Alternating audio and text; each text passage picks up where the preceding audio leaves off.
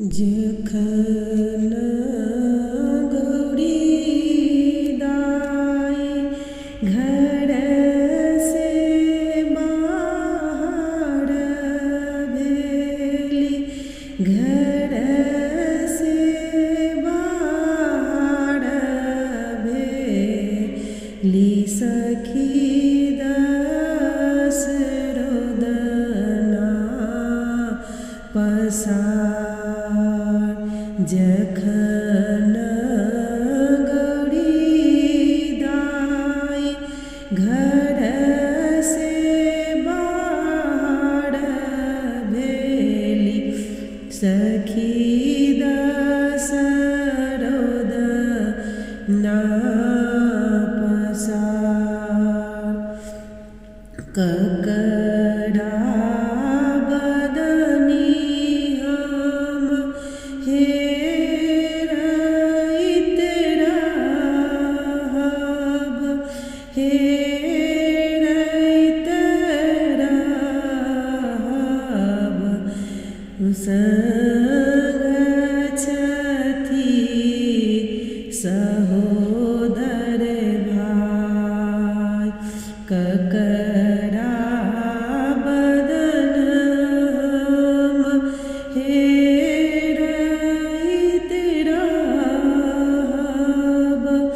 संग छथि सहोदर भाई, एक कोस गेली बेटी, दुई कोस गेली, तेसर कोस चललो न जाय।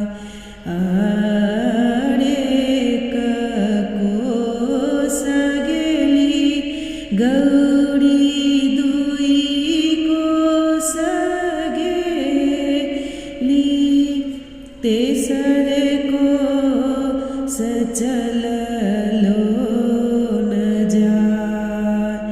डोलिया उघाड़ी जाओ, ताकथिन गौड़ा दाई, छूटी गेल बाबा केर रात।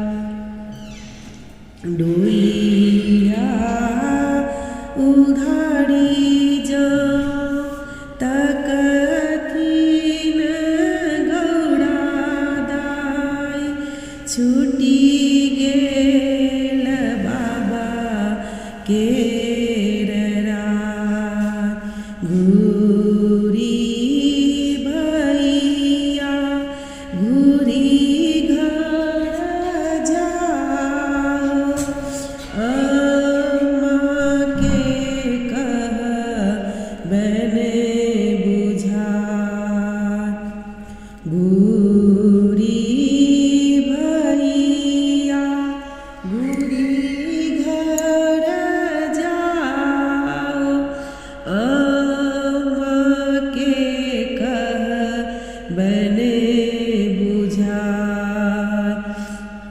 अम्मा जे कानती हमरो सूरत देखी, करै छनि रोदना पसार। अम्मा जे कानथिन हमरो सूरती करी, छन छन उठतनि चेहाय। जखन